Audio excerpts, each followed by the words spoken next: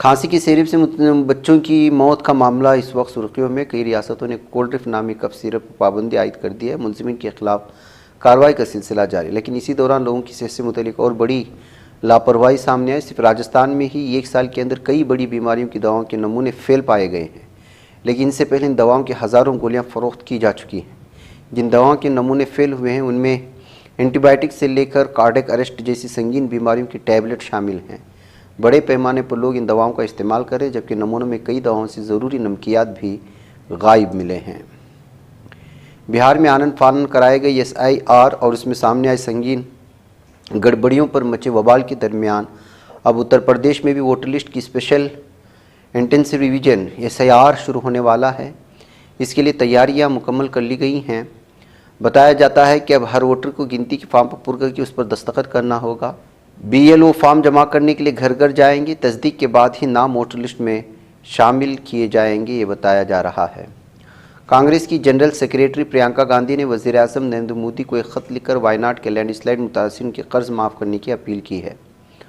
انہوں نے کہا کہ قدرتی آفت میں کسانوں، چھوٹے کاروباریوں اور خدمات فراہم کرنے والوں کی زندگی بری طرح متاثر ہوئی ہے اور اب ان کے مالی بوجھ کو کم کرنا حکومت کی انسانی ذمہ داری ہے۔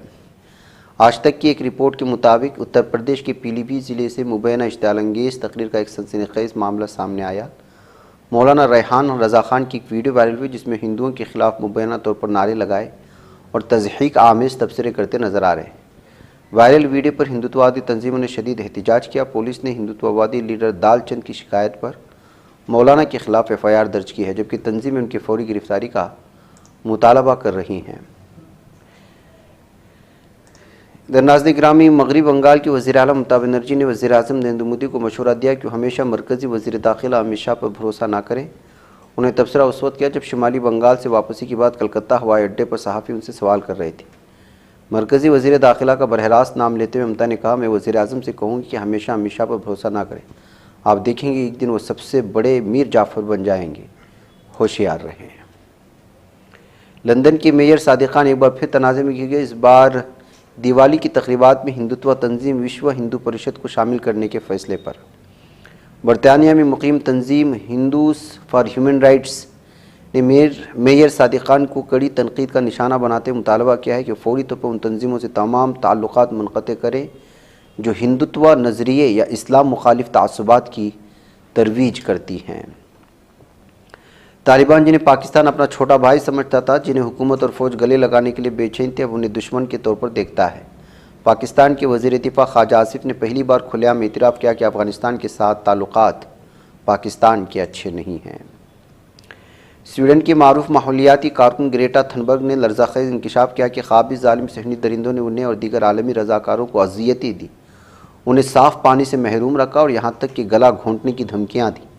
یہ تمام مظالم انہیں اس وقت سہنے پڑے جب وہ گلوبل سموتھ فلوٹیلا کے ساتھ غزہ کے محاصرے کو توڑنے کے لیے جا رہی تھیں۔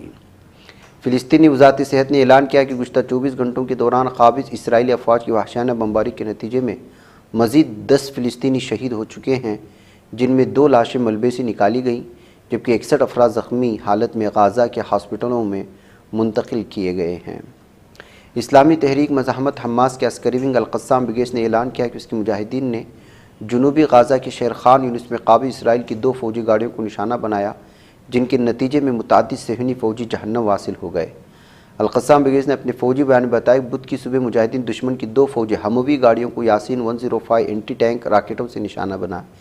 یہ حملہ خان یونس کے جنوبی علاقے جوزا لوت کلینک کے قریب دشمن کی سپلائی لائن پر کیا گیا، جس میں صہیونی فوجیوں کو شدید جانی نقصان پہنچنے کی خبریں آ رہی ہیں۔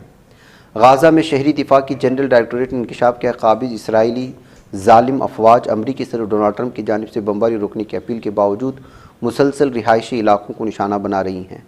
صہیونی درندے بھاری مقدار میں دھماکہ خیز مواد سے بھری ہوئی خودکش فوجی گاڑیاں استعمال کر کے پورے محلے کو مٹا رہی ہے۔ قابض ظالم صہیونی درندوں نے اعلان کیا کہ وہ مقبوضہ مغربی کنارے کے تاریخی شہر الخلیل میں واقع مسجد ابراہیمی کو بدھ اور جمعرات کے روز مسلمانوں کے لیے مکمل طور پر بند رکھیں گے۔ صہیونی درندوں نے اس جارحانہ اقدام کو یہودی تہواروں کا بہانہ بنا کر جائز قرار دینے کی کوشش کی ہے۔ ناظرین گرامی، آج کے بعد خاص بات میں اتنا، انشاءاللہ پھر ملاقات ہوگی۔ السلام علیکم ورحمۃ اللہ وبرکاتہ۔